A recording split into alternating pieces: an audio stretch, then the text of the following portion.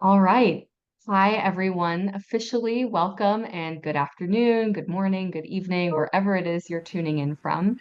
Thank you so much for joining us virtually today. My name is Hala Alawi, and on behalf of Atmosphere Press, I am pleased to introduce you to today's reading of new speculative fiction from the press. We'll be hearing from Douglas Robinson reading from Insecticide, a Republican romance, released on April 16th. James Wollak reading from Distress and Determination, Part 2, The Further Trials of Frederick Darcy, Young Gentleman, which was released on June 4th, and Etta Scott reading from Journeys Arcane, released June 6th. All three authors' books can be purchased both from online retailers and from select bookstores. And of course, you can always visit Atmosphere Press's website to see them at atmospherepress.com/books. And I'm also going to put the specific links for these three books in the chat. At the end of today's event, we are going to have time for audience questions. So during the reading, if you have a question for one or more of our authors, just go ahead and type that in the chat and I'll make sure it gets asked. And then during the actual reading itself, please stay muted so we can keep extraneous sound at a minimum. Of course, you can certainly feel free to use the chat for any praise and comments in addition to questions. One last note is that we at Atmosphere Press appreciate your support today and always. If you have a manuscript of your own, we would love to read it, so submit your work today to books@atmospherepress.com. Again, thank you so much for tuning in and supporting Doug, Jim, and Etta today. We're going to start off with our first reader, who is Douglas Robinson. Doug is neither a former professor of rhetoric at Liberal State University in Kansas, a landlocked state, nor sadly deceased. Nor is he the author of the 17 most explosive ichthyotopy or the best-selling comic book Fish Rhetoric for Dummies. He's certainly not the celebrated host of the podcast Why Fish Argue and Why You Should Care.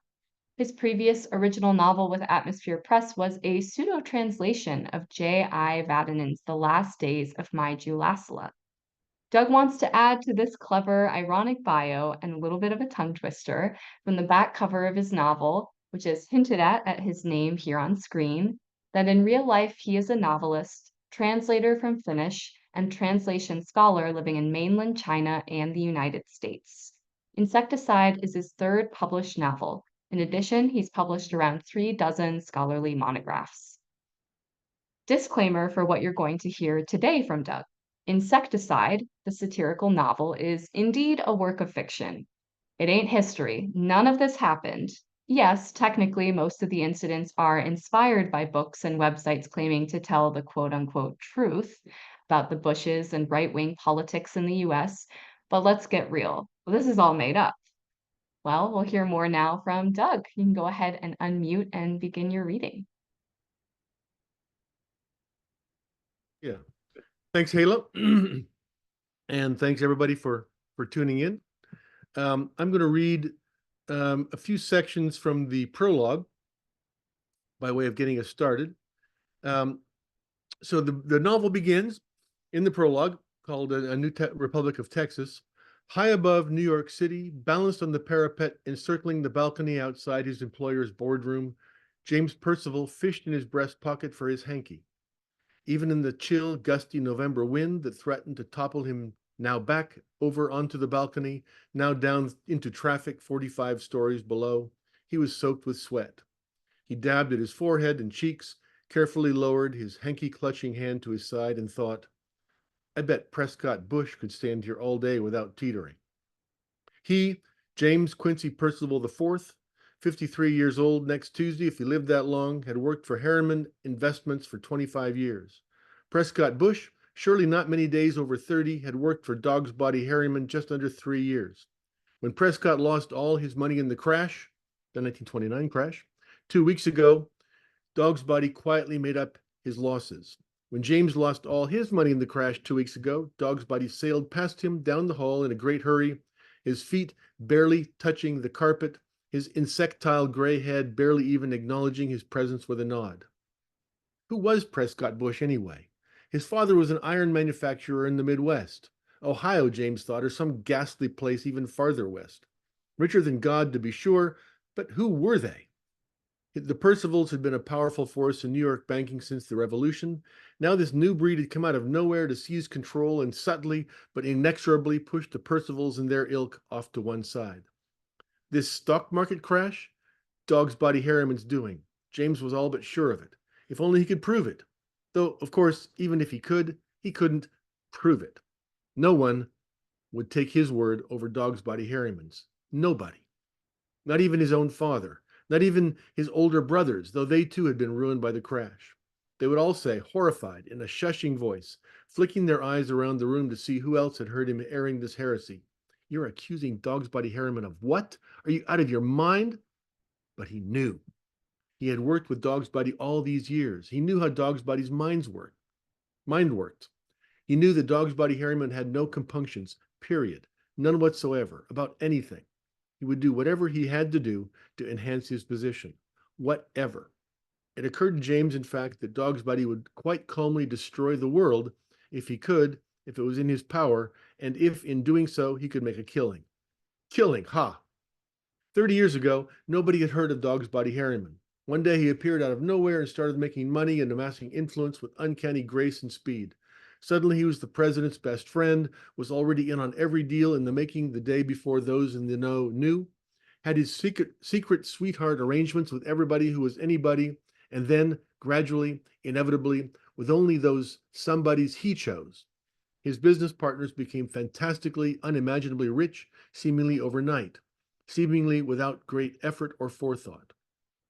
Those he ignored were soon ignored by all and dropped out of sight. Those who fought him were utterly and irrevocably crushed, like James himself now, teetering on this parapet. Not only had he fought Dog's Body, but it occurred to him more than once that Dog's Body Harriman somehow knew his suspicions, knew that James was contemplating sharing those suspicions with others. Insane, paranoid fears, of course. Dog's Body was no god, no descending angel, no superior being who could read his thoughts. He was just a man. An extraordinarily talented man, yes, but just a man. Still, sometimes James wondered. A sudden upward gust rocked James back on his heels. Following the gust up the wall came a man in a business suit, his hands crooked up under his chin like the long, spindly front legs of a praying mantis, holding a briefcase. Mr. Harriman, James blurted out like a boy. How? Hello, James, Dog's Body said coolly, hovering there briefly. No sign of propulsion, his expensively shod feet drooping down below slack legs a few inches above the parapet. Did you just, James stammered, did you just fly up here? James, Dog's Body said in that same even tone, still hovering, you're weak. How did you do that? James's mind reeled. Sick waves of vertigo washed over him. Suddenly he no longer knew which way was up. Suddenly he hardly even cared. You were too weak to hold on to your money, Dog's Body said, and now you're too weak to jump. Can I give you a push? James panted, beyond all rational thought. He hardly even heard the question. Well, Dog's Body said, make up your mind, James, and be quick about it. It's bad for business to have our executives dithering on the parapet. And he flew across the balcony and through the open French doors into the ballroom. James thought to himself with a wild glance over his shoulder, something just happened. That's the end of the first little section of the preface. Now we'll go on to the second. Inside the boardroom stood Prescott Bush, seemingly at his ease, his right hand resting on the back of Dog's Body Harriman's soft beige calves leather chair. Dog Body flew in, spotted him there, emitted a quick guttural cry, but made 2 quick passes around the room, his shiny black shoes only now and then dragging across the hardwood floor, before coming to hover before and just above him. Almost instantly, Press was overrun with shiny green beetles, body, face, hair. They clicked and scurried over him as over a hillock. He paid them no attention whatever. Ah, Press, Dog's Body said with something like a smile. His mouth clacked a little as he said it. False teeth? Press did not let his imagination run wild on such things. Welcome back, Mr. Harriman, Press said. Call me Uncle Dog's Body, Dog's Body said. Yes, sir, Press said, Uncle Dog's Body. Dartingly, expertly, Dog's Body touched him 10, 15 times on the head and chest and shoulders. Every place he touched, he deposited a glob of some gluey substance that trapped a beetle or two. Their little feet continued to wiggle impotently in their little prisons. Press, I have a job for you, Dog's Body said, picking a beetle off Press's lapel and popping it in his mouth. Crunch, crunch. His jaws moved sideways on the beetle like mandibles. I am at your disposal, sir, Press said. Of course. I want you to create a country for me, Dog's Body said. A country, sir, Press said. A country, Dog's Body said. Well, a fortress, really. A country-sized fortress. A safe place for our people that looks and talks and acts like a country. There is some danger, sir, Press said. There's always some danger, Dog's Body said, if you know where to look. Will this be a new colony, Uncle Dog's Body, Press said, or an existing place that I should begin to convert to our values? An existing place, Dog's Body said, popping 2 more beetles in his mouth and crunching them sideways. Texas. A new Republic of Texas, Press said. If you like, Dog's Body said, so long as it is a republic in name only. Of course, Press said. You and your family will need to relocate there, but Dog's Body said. Sorry. Press shrugged. We have made sacrifices before, he said. Good boy, Dog's Body said.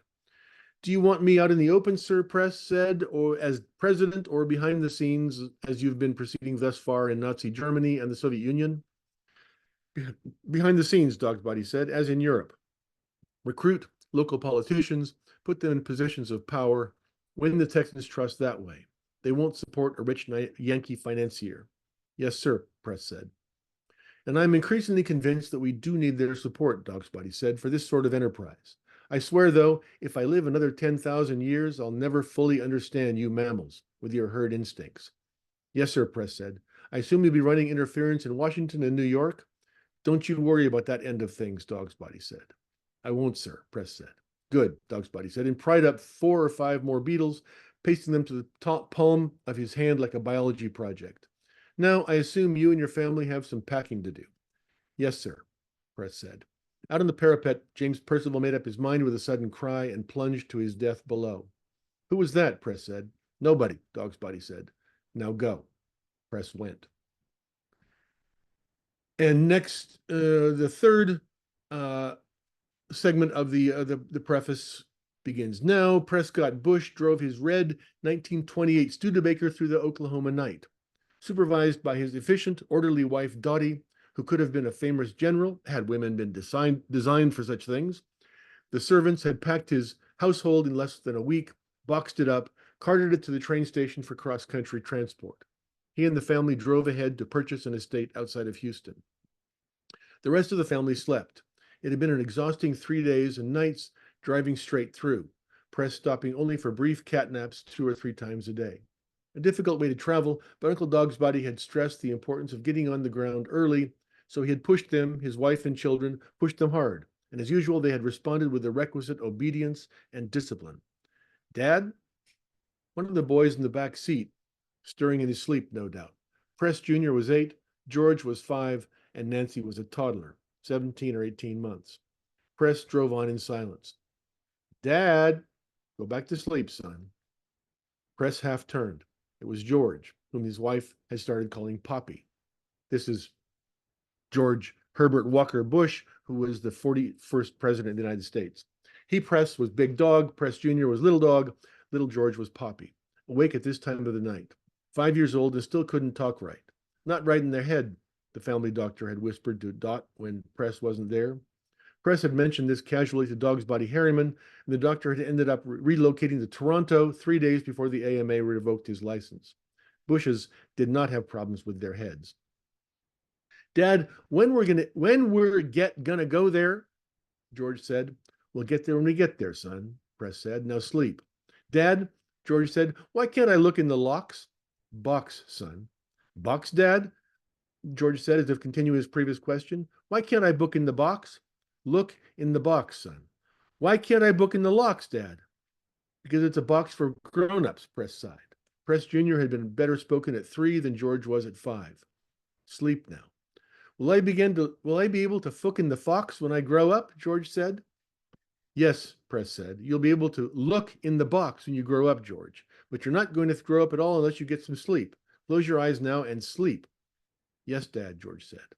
Press drove on, half listening as his son's breathing grew heavier and more even. An hour later, he found the Fort Sills access road and turned in. At the entrance to the cemetery, he stopped the car and got out. His family did not stir. He reached back in and carefully lifted out the ancient carved box, set it on the roof of the car. He walked around to the back where the beetles still swarmed.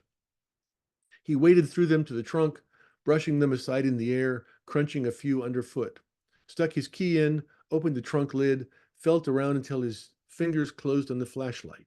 He switched on the beam, found the shovel and the crowbar, slung both over his shoulder. He stepped back to the driver's door and gently hoisted the box under his left arm. Uncle Dog's body had impressed upon him the vast holy power of this box. This fox, he thought, was not to be fucked with. Press walked through the graveyard, flashing his light on the gravestones till he found the one he was looking for. He set the box down carefully and set to work. It took him 2 hours to dig down to the wooden coffin, another half hour to shovel all the dirt off the lid and pry it open with the crowbar. There it was, the exposed skeleton after 20 years, only a few scraps of clothing still clinging to it. The skull had rolled to one side. He lifted it with both hands, stood, and reached above his head to set it up top, next to the box. He replaced the coffin lid and climbed out of the grave. He wiped his hands as best he could on his pants, lifted the box lid with reverent fingertips, and set the skull inside. The skull was surprisingly clean. He had expected to soil the box's red velvet lining with the skull's dirt, but there was no dirt on it at all. He closed the box, set it to one side, then set about reburying the coffin. As he tamped the dirt back down on top, he flashed the light one last time at the gravestone.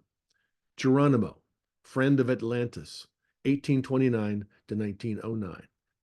So that is the last part I'm going to read, but let me just give a very brief synopsis of the rest of the preface. In the remaining sections, we see Prescott Bush driving through the border checkpoint between Texas and Oklahoma, his car trailing a cloud of shiny green beetles. Then we see a truck driver being forced to turn back from entering his hometown of Humble, Texas, which is where the Bushes have begun to live, by a Texas Ranger, and then seeing a flying saucer hovering over the town and Uncle Dog's body flying out of it down to the ground. We see the new governor of Texas, who is soon to be the first president of the Republic of Texas, being coached by Prescott Bush on declaring martial law.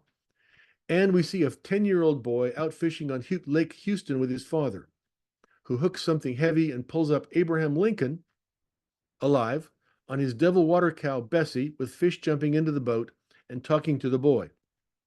Actually, the fish and Lincoln both talk to the boy.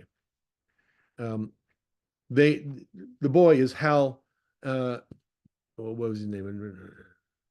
Anyway, the future father of the woman who becomes Laura Bush, George Bush Jr.'s wife. So on the way home, they stopped to read the placard nailed to the tree declaring martial law and the creation of a new Republic of Texas, which is, of course, a police state. And the boy's father says to him, well, son, there goes our liberal pie in the sky paradise, I reckon. So I will stop there. Thank you for listening. Yeah, thank you, Doug, and thank you for giving us a glimpse of what we can expect as we dive deeper into the book. And reading next today, now we have Jim Wollak. A lifelong devotee of Jane Austen and all her works, Jim is a recently retired financial data analyst and lives in San Francisco, California, a third-generation San Franciscan. He's an avid reader, numismatist, and music lover, enjoying all kinds of music such as classical and opera, Motown and soul, ABBA, Celtic, blues, bluegrass, and Zydeco. He also loves silent and classic Hollywood films and Poldark, Downton Abbey, and Sanditon series. He's a confirmed Anglophile, and Pride and Prejudice is his favorite novel of all time. So today we'll be hearing from the historical fiction novel Distress and Determination Part 2, which opens on Frederick Darcy's return to King's College, Cambridge, where his self-confidence grows, as do his social and educational challenges. With his sisters Julia and Jane Elizabeth, he endeavors to navigate a treacherous debut season in London, a season filled with balls, banquets, social obligations, and a variety of questionable debutantes and their eligible, enigmatic escorts. And now we'll welcome Jim. And just be sure to unmute before you start reading, Jim. Okay, great. Yeah, thank you. Okay, thanks, Hala. I'm going to read 2 short excerpts from my novel, the opening, and a selection from a few chapters later on. As Hala mentioned, the novel opens as my protagonist, Frederick Darcy, returns to Cambridge after having been sent down. Now, all that was covered in part 1, which was the previous book. So, here goes. Your name, young sir, demanded the spidery older man, bent over a desk in the main foyer of the Newnham residence hall. Frederick Darcy blinked. He was mesmerized by the implacable dark eyes transfixing him from underneath equally dark, bushy brows and over small rectangular spectacles. The man's dun-colored coat, waistcoat, and breeches appeared stiff and coarse, rustling as he moved. I do not have all day, he snapped. Must I ask again? Frederick swallowed. I am Frederick Darcy from Pemberley in Derbyshire, he managed. Thankfully, John Buckley, the driver, and his young assistant, Luke Shotwell, were still outside awaiting him at the carriage and weren't witnessing his confidence evaporate. College of Attendance? The older man rapped. His quill started scratching the parchment-like paper in front of him. King's College, sir. The older man shot him a look and wrote for 2 minutes. Once he was done, he nodded and looked up at Frederick. He reached over to a rack of keys, leaning against the wall, jerked a set off the hook, and rose. I am Jeremiah Ridson, the master of this hall of residence. You shall address me as Mr. Ridson. He transfixed Frederick with another stare. I will now take you to your assigned lodging. My rooms? Frederick sounded hopeful. Your room, came the curt response. Frederick sighed and followed the hallmaster up 2 flights of steep but wide stairs. There was some light, but the building seemed dusky despite the time of day. Mr. Ridson stopped midway down a long hallway and unlocked a door. He gestured for Frederick to step inside. He brightened as he looked around the room. It was spacious enough, with a wide poster bed and plenty of pillows. He noted a nightstand, wash basin, mirror, 2 small candelabras with a couple of holders askew, dappled with wax, and a decent-sized desk with a box of tapers and matches. A capable-looking clock on the adjacent wall stood guard over the desk. A thick curtained window faced out onto the street, and a tall armoire braced the wall across from the bed. I trust you will be comfortable, Mr. Ridson sniffed. Bathing and grooming needs can be performed in the room further up the hall. Please take note that you will be sharing these accommodations with several other young, he paused, gentlemen students. He sniffed again. You have no valet, I presume? No, sir, Frederick mumbled. The hallmaster's taut line softened ever so slightly. Some of our student residents do. However, that is no matter or concern to the college. He paused. I dare say you will be comfortable and provided with enough amenities to make your term tolerable, without having some fussy valet dodging your every move and getting underfoot. Yes, sir, Frederick mumbled again, forcing himself not to roll his eyes. Thank you. Quite. Mr. Redson transfixed him a final time. Dinner is served in the refectory hall at 5 o'clock sharp. Do not be late, for all the courses and dishes are picked over by 6:30, and nothing is served after 7. He turned and swept out of the room in an instant, with an audible surge of rustling. Frederick sighed and went down to the front hall, where he would help Buckley and Luke bring in his trunks. Okay, now I'm going to go to chapter 4.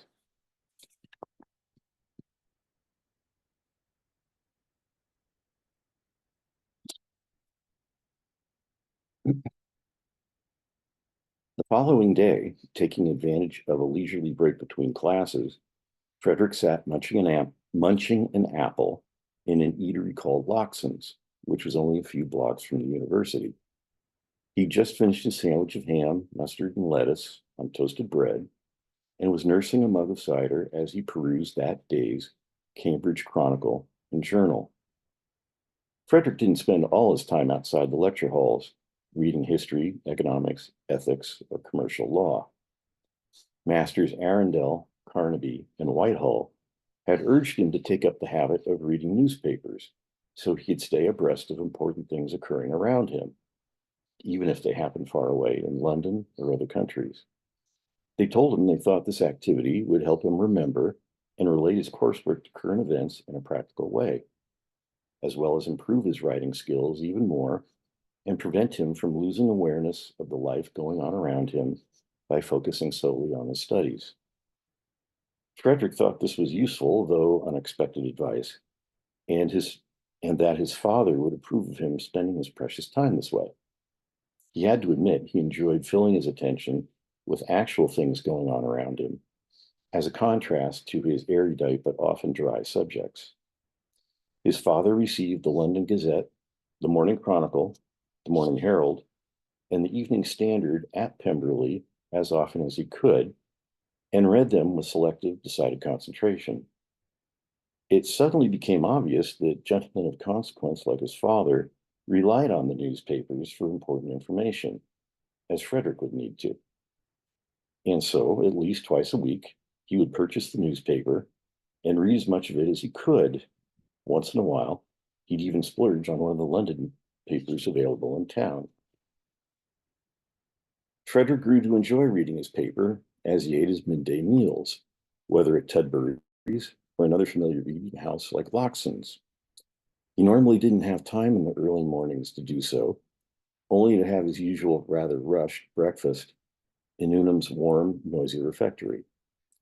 Besides, then he just liked to laugh and joke with his fellow student lodgers over their eggs, pork rashers, toast, and coffee.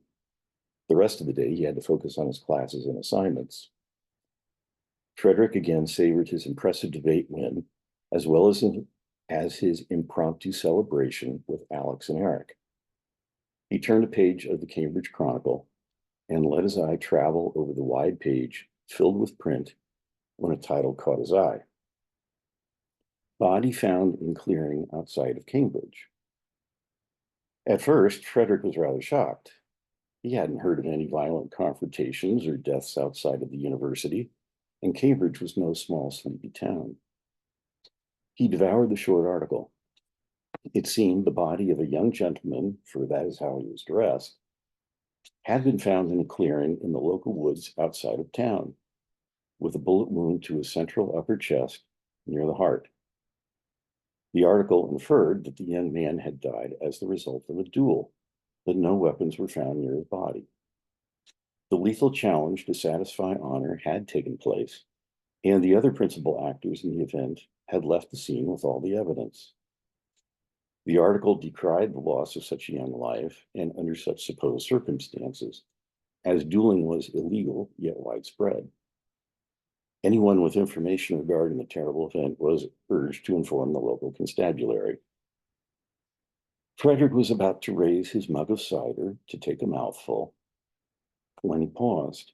His hand suddenly shook, so he put the mug down and shoved his crumb-filled plate aside. So, a duel had taken place. Another one. Frederick swallowed. Now he recalled hearing the Newnham fellows gossip and speculate over a former resident, one Peter Gibson. It seemed that young Gibson, 20 years of age, had become smitten, perhaps even obsessed, with a local young lady of fine birth and fortune. Unfortunately, she already had plenty of swains vying for her attentions and more, among them a brash, intense young man named Desmond Rowner. When Gibson had interfered by paying his attention to Miss Belford, Rowner challenged Gibson to a duel. Both antagonists were accomplished fencers, and so a fierce duel had taken place with rapiers early in the previous term, when Frederick had barely returned to university. After a vicious, wounding, and exhausting duel, Rowner impaled Gibson with his blade, and Miss Belford's honor and future were secured. As both Victor and Prize eloped, neither had experienced personal censure in and around Cambridge. After Gretna Green, they and their thousands of pounds were rumored to now reside an ocean away in Bermuda, Jamaica, or even America. Quite a tragic story, but now it brought home more fear and anxiety for Frederick. Despite the noisy noon crowd around him, Frederick saw Richard Grantley's sneering face. Afraid of spilling his mug or sliding off his chair, Frederick continued to tremble. Would his enmity with Richard lead him to a death challenge? Either one of them could provoke a duel. All it would take would be a few more insults. Frederick hung his head and weakly gestured for another mug of cider. He was thinking of his parents and how he was supposed to become the next master of Pemberley. How such a rash act would affect them and several young women, his sisters and Richard's. If something happened to him, would Nicholas, his brother, mourn his death as much as he had Henry's?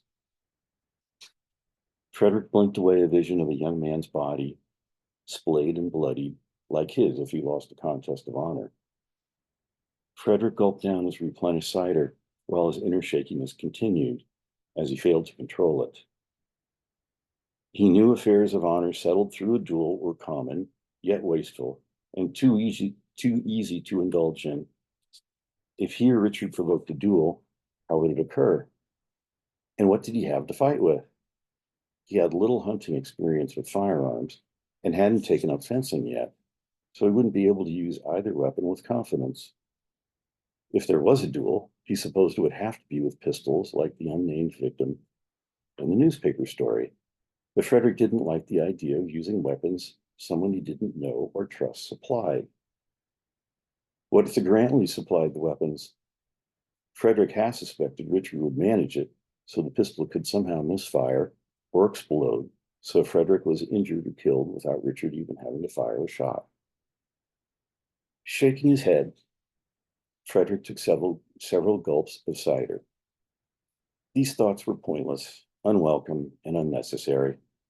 He knew he could never fight Richard that way, because too much was expected of him. Still, he trembled.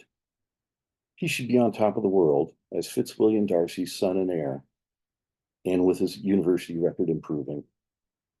But he realized the path forward would not be smooth nor easy, and so he worried. Despite his full stomach, he felt a curdling in his gut. Frederick suddenly felt he needed a stronger beverage to ease his disquiet, but knew he couldn't. What of his afternoon ahead? He still had classes and plenty of studying to do, and 2 papers to write over the next 2 days. He gulped down the last big swallow, almost coughing, and grabbed a satchel of books. He left the newspaper on the tabletop with a tip. Okay, that concludes my part of the reading. Thank you very much for listening. Yeah, thank you, Jim, and for painting us this picture, which I feel like is such an important part of especially historical fiction. So, yeah, thank you so much for that. Our final reader for today is Etta Scott. Etta was once a little girl hiding her love for writing. Today, she no longer hides her passion. She enjoys writing romance with a sprinkle of paranormal to add to that fast-paced emotional roller coaster. Etta lives in the Midwest, where the weather is unpredictable, with her husband, son, and daughter. During the day, Etta is a bookkeeper at a local consulting firm. Her evenings and weekends are filled with children's activities and spending time with her family. At night, when the children go to bed, her passion comes to life. Unless there is a concert, then you will find her there. Today, we're going to be hearing from the paranormal novel Journeys Arcane, which incorporates elements of romance and fantasy. In the story, Nora is determined to start fresh somewhere she can't be found. But first, she must return to the small town of Journey, Manitoba, to prevent her family from desecrating the historic castle she fell in love with as a child. Her quest leads her on a journey of love and mysticism when she encounters an unexpected ally, Leon the bartender, who holds a remarkable secret. And now the story will unfold further with Etta.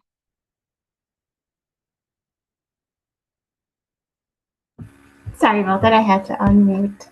I am going to read part of chapter 7 today for you guys. I sat there staring at the dark pistachio green trim on Ruby and Gordon's white Dutch colonial house from behind my steering wheel. Leon had to have noticed earlier there was something wrong with me. How was I going to explain to the man I had fallen for in a couple days that when he kissed me, I saw a horror movie play out in my mind? He was the thing fell off my rocker. It was over. I couldn't continue to have these visions every time I was with him. This was unfair to him. I wasn't going to be able to take much more. This was too much. I was suffocating in my SUV. I opened the door only to take off down the gravel road. After a mile or two, my surroundings became familiar. I was on the red gravel road to that old campground. This realization only pushed me to run faster. I prayed that I was going to find my clarity there. The campground's main office stood boarded up windows, a rust patch on the teal-green metal roof. The absence of its best feature, Miss Gemma Ann, sitting in that old wooden rocking chair, staring out at the lake. I would have given anything to have her here right now. I needed her advice. She wouldn't have judged me harshly if I brought this to her. I didn't know how to bring it to or how to even handle it. With Miss Gemma Ann not here anymore, I did the next best thing. I walked down to the bank and sat in the water as I had once before. Running my hand back and forth under the water, I searched for a rock that resembled a brain. I just needed that sign that I wasn't going crazy. This had to be some weird regression from my childhood. The sounds of water splashing wasn't enough to pull me from studying the rocks beside me with my head resting on my arms, which were crossed on my knees. It could have been a bear at this point. I didn't care anymore. I wasn't going to move. The water splashed up against me as if someone had sat down beside me. It still wasn't enough to draw me from the rocks. "Baby girl," Ruby calmly said, "what are you doing out here?" I kept my face resting on my knees. She didn't need to see that I was adding a little salt to the lake. I needed some air. I needed some clarity. I sniffled. There's something wrong with me. So wrong. The worst part about it is he's starting to figure it out too. I don't want to lose him. What do you think is wrong with you that you're going to lose him? You're going to think I'm crazy, I peeked over my arms. I don't want to lose you either. Oh, baby, she tittered as she wrapped her arms around me, drawing me into her chest. Never am I going to let you go. Inhaling deeply, I let it out. There's a guy in town that my heart is head over heels for. I've never felt this way before for a guy, and I just love it. He seems to feel the same way about me until today. He stopped in the middle, kissing, and walked out. I ruined it. I looked up to Ruby. Not that we were going to go any further than that. I didn't need her to think that I was a hoochie chasing after all the local boys. What do you think he doesn't? Do you think he doesn't like the way you kiss? And that's what caused him to leave? For how much he liked to study my lips, there was no way he didn't like the way I kissed. My head moved side to side. I think he realized what's happening when we kissed. What do you mean? First stop on the crazy train. My left eye will stream out, and I feel like my face goes flush in fear. I shouldn't have used the word fear. It wasn't always fear. The last time had been more out of sync. By her eyes bulging out, I realized I shouldn't have said. Is he forceful with you? She gave me a chance to respond as she started to stutter a little. I don't care who he is. I will put him in his place. No, moving back to my original spot, I dipped my hand into the water. He's the opposite. He's incredibly kind and sweet to me. He constantly keeps me close to him. If he could, I think he would put me in his pocket and I wouldn't get shut. Baby, Ruby's eyebrows lowered. I'm lost. I inhaled deeply again. The best way to describe it is reading a book while watching television. Part of my mind is focused on him, while the other half is watching a vision play out in my head. When I can't turn these visions off, either they have to play out or something in the outside world shuts them down. What are these visions? There would be no turning back if I told her the truth. I needed to be prepared for the consequences of airing this out. She was going to find me insane, possibly tell Leon to run to the hills away from me. On the other hand, I had no one I could turn to for advice when it came to this issue. I could only imagine what my mother or sister would tell me, and it wouldn't be so simple to call a friend back home either. With starting a new life, I didn't want my life in the States mixing with my future life. There was a lingering fear that somehow it was going to get back to my family. Then I would have to vanish and start this process all over again. I was going to give her a preview to the crazy truth. The first time we kissed, I saw a man in a stable. He must have been closing it up for the night. Well, from what I can gather, I think the story of Leon the Great is playing out in my head. Except since I don't know what he looks like, I used my Leon's image in his place. In spite of that, the weird thing is he started out physically different. His hair was short on the sides with about an inch of length on top.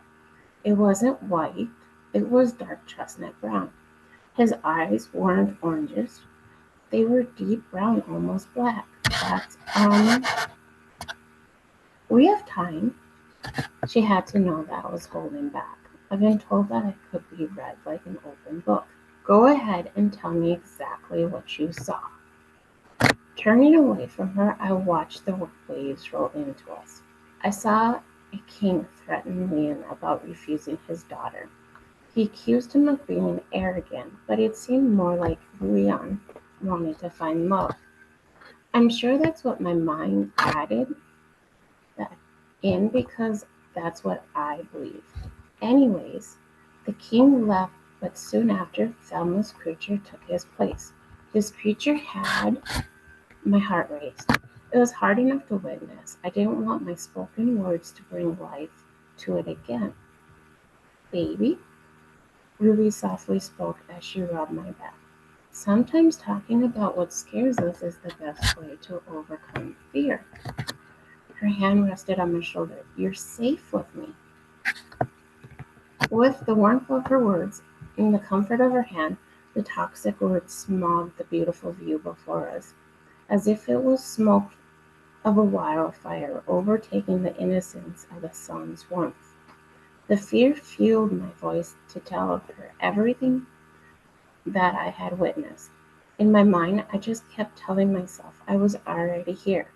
Maybe after hearing what I saw, she would have some answers to all of this.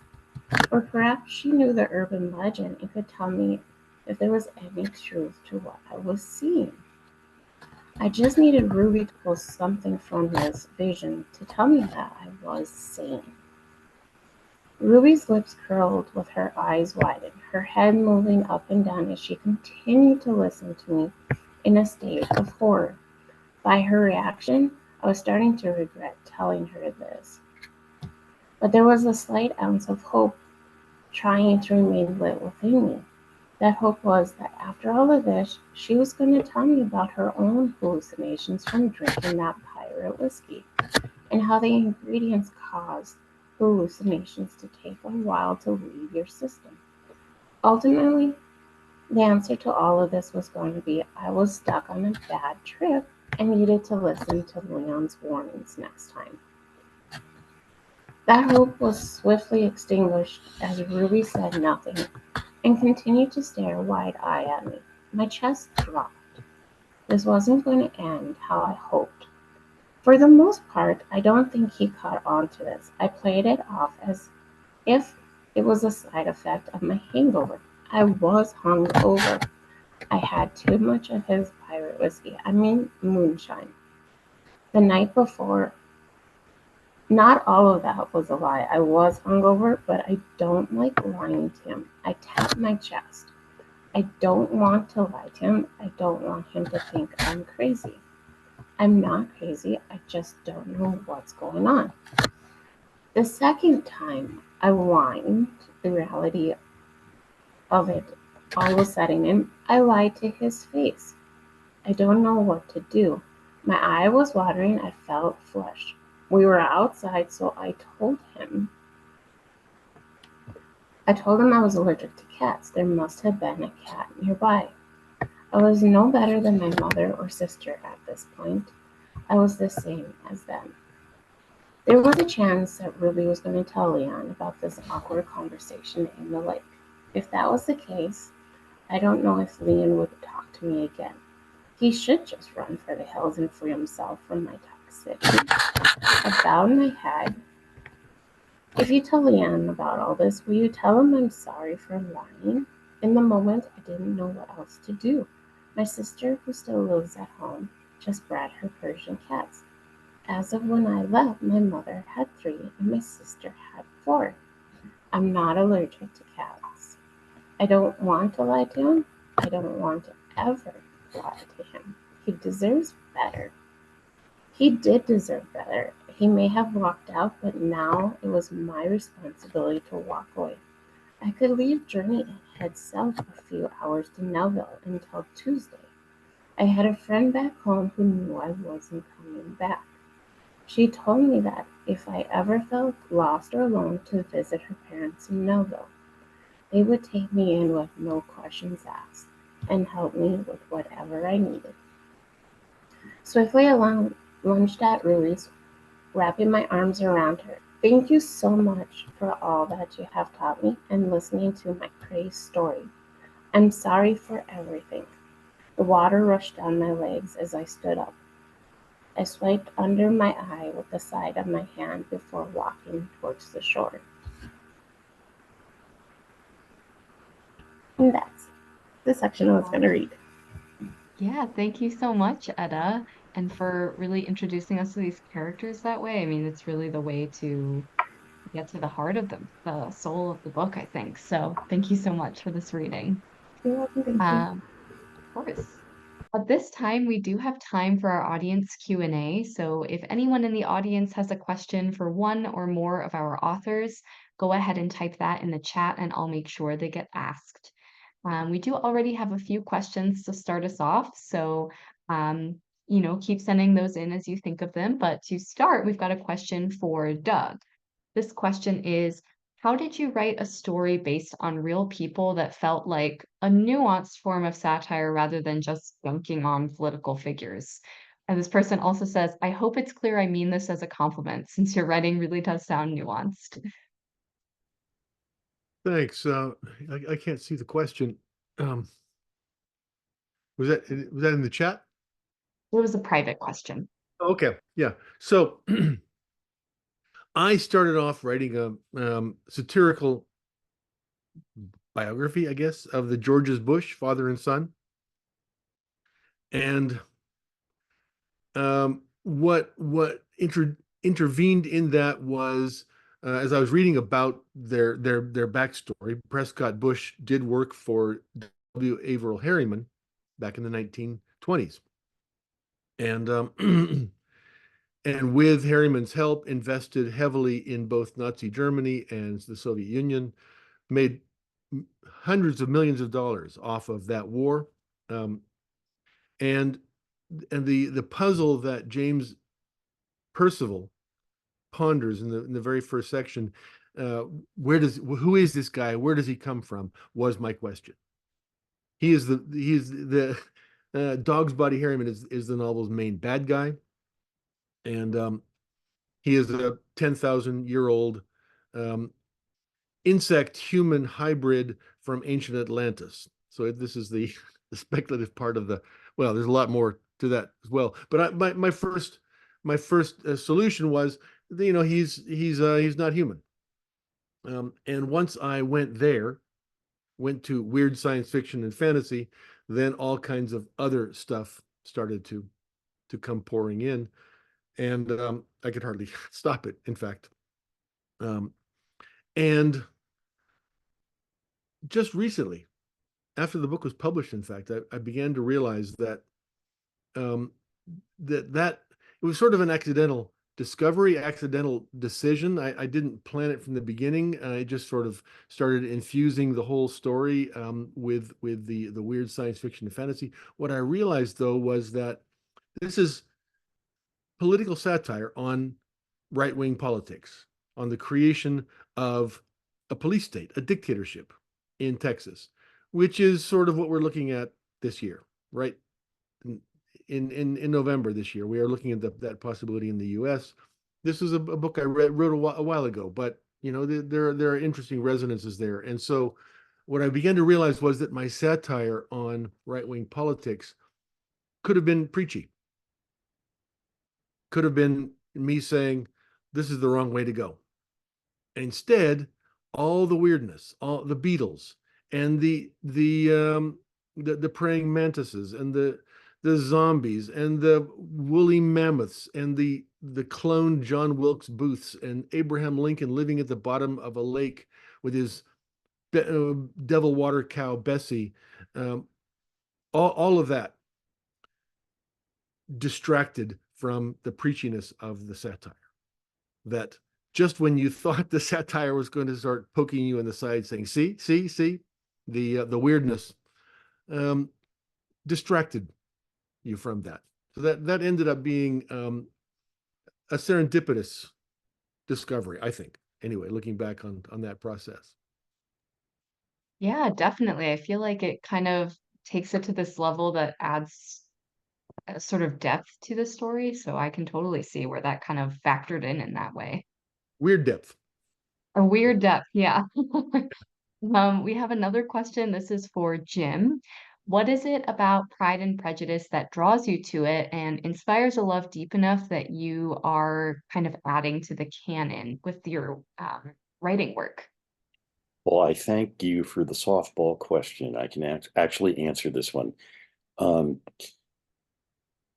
I started reading Pride and Prejudice in college and read it several times. And what it is about that book is that it's a wonderful story about two people who don't even really like each other for obvious reasons.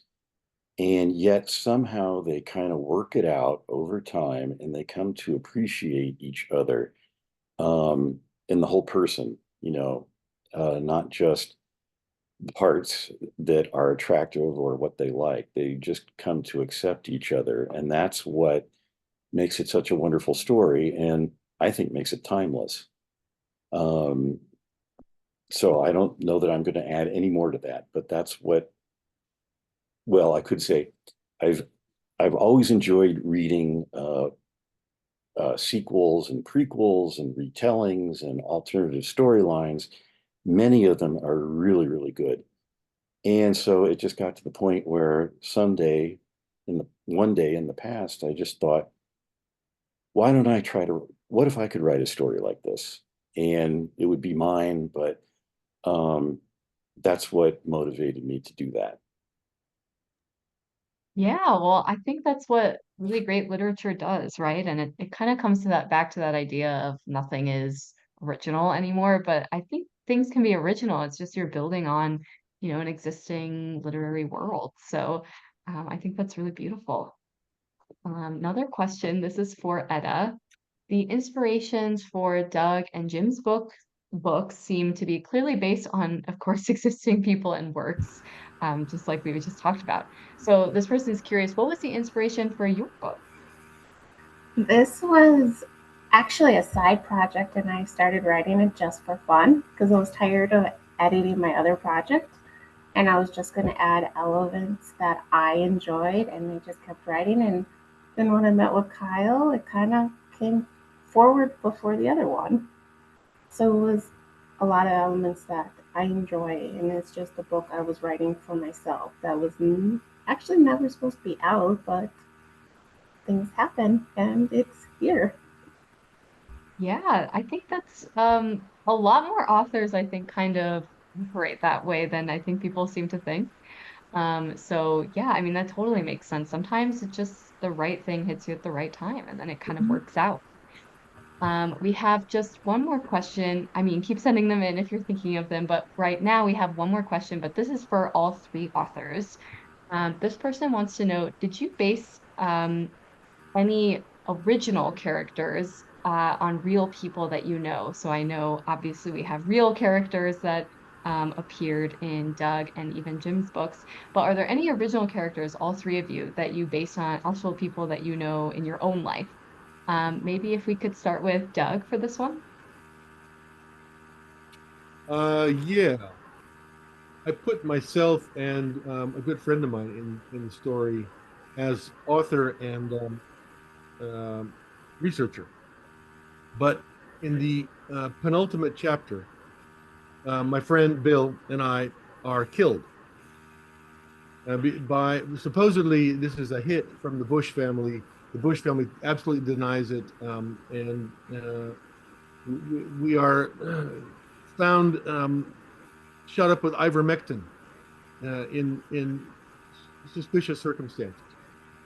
And so I mean, we do have the preface or the bio that Hala read um, about ichthyorhetoric, fish rhetoric, was all about this. This was the bio that I introduced into that penultimate chapter, where like these newspaper reports of um, the the sad immature premature deaths of these two people involved in the making of this book. Um, those the bio of me said that I was professor of ichthyorhetoric, fish rhetoric, at Liberal State University in Kansas. So I was trying to think whether I had any other characters based on people I know, but those are the only two that come to mind. Yeah, kind of like a little bit like cameos in that way. Yeah, yeah, that's I right. love when I can Yeah, I identify once those types saw of things. a writer saying that he bestowed little autobiographical details here and there on characters uh, like cameo, and so this was Yeah, sort of that. Yeah. yeah, definitely. What about you, Jim? Any characters that you slipped in there from your own life? Well, I guess I would have to admit that Frederick is probably mostly based on me, um, and things that um, concerned me growing up, becoming a young adult. And I was, as Doug was talking, I was trying to think of other actual people that I know that I put into the novel, and I'm having trouble coming up with that. And I think I kind of resisted that idea because I didn't want, if the person was actually in a character based on the person who was in the novel, and the real person didn't like what I did with the character, I didn't want to have to deal with that. So I didn't do it. But what I did do very much was in trying to write the different characters, and yes, my book has a lot of them. That's why there's a list of characters in the front of it, just to help people keep track of them. What I did was, in trying to develop the characters, I was trying to think of what actors do they look like, or who do I think should play that role. And so, for example, Frederick's sister Julia, she's beautiful, she's accomplished, everybody likes her. She's got a wonderful personality. She's supposed to be Elizabeth Taylor when she was a teenager. That's what that's how I picture her. You just go look her up on, classic movie images and you'll see what I mean. She was beautiful when she was before she was even a teenager. She's one of my favorites. But anyway, and then like they were only briefly mentioned in the excerpt that I read, but Frederick's college friends, Alex and Eric, I picture them as what's his name, Benedict Cumberbatch and Martin Freeman as the updated Holmes and Watson, except when they were younger. And then, of course, Lady Catherine is anybody you could pick. Hard to choose between Maggie Smith and Judi Dench or any other actress like that. So that's how I would answer that.